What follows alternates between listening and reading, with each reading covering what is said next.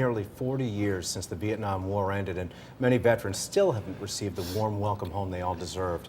But it's not too late. The Connecticut Welcome Home Vietnam Veterans Day Committee holds its third annual event by the same name in April, and a dinner to fund it is happening next Saturday. Here to tell us all about it is Ted Obb from the National League of POW MIA Families, the Connecticut chapter, so to speak, and we also have Bob Sheehy. You were in Vietnam as a combat medic. Yes, I was. Is that right? 1969 to 1970. Oh, I can scarcely imagine what you might have seen and experienced over there. Yeah. And Ted, you got drafted at the last minute. They didn't send you over, but I understand that your bracelets tell part of the story. You've been very involved, nevertheless. Yes, I was drafted in '66. The lottery system was in effect then, and I guess what happened is they overdrafted. So 10 days before we were supposed to be deployed, it was canceled.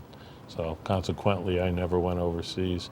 But I was involved, my father was involved with prisoner of wars and during the World War II. And I guess I picked up on it somehow subliminally, and I got involved with the National League of Families and had a couple of bracelets, which I've worn since 1966. And I have two other ones that represent relatives of a couple of my colleagues from our national organization. Now, Bob, you're a Vietnam vet. It's been all these years, and how do you think that this country is doing, maybe in the last decade or so? Are we doing a better job as a nation of recognizing not only Vietnam veterans, but veterans from, say, coming over from Afghanistan? Well, there's no question about that.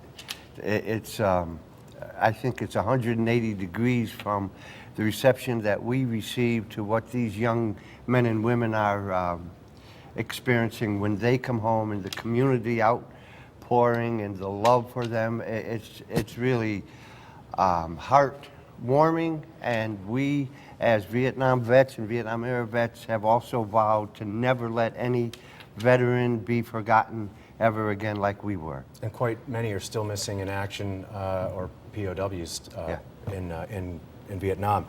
Okay, so we have the events to talk about, and this is kind of the fun stuff. You have the festival going on in April. Talk about that first, and then we'll talk about the dinner. Okay, well, that's going to be held at the Guilford Fairgrounds. The Agricultural Society was kind to let us use that, so it's a well-known venue, and we're going to have a car show, some live music from a well-renowned band from New York, food vendors, craft vendors, and it's a nice affair. It'll start. We have it documented as starting at 10 a.m. in the morning till 3 in the afternoon, but it really won't get rolling till 11:30. There'll be probably over 150 pristine antique performance street rod cars, which everybody always likes to look at the cars, you know. We Americans love our cars, yes, don't we? Yes, we do. Now, of course, it's free to Vietnam veterans free and to their everyone. families, and free to everyone. Free to everyone. But of course, it isn't free to put it on. So you have the dinner coming up this Saturday in Brantford. How can just anybody come to it? They just Yes, if you go online, it's ctwhvvd.com, and you can see excerpts from our two previous events. Last year we did it in Shelton at the Veterans Memorial Riverwalk Park, and the year prior was at the Cheshire High School complex. And so people can go to that, and how much is it to get into that? The dinner, there are 3 meals available at $55, and then prime rib is $65. It'll be a full evening. We have some very interesting things taking place during the dinner. We have artwork from Rocky Hill, Newington, and West Haven that have been done by the veterans. They'll be on display.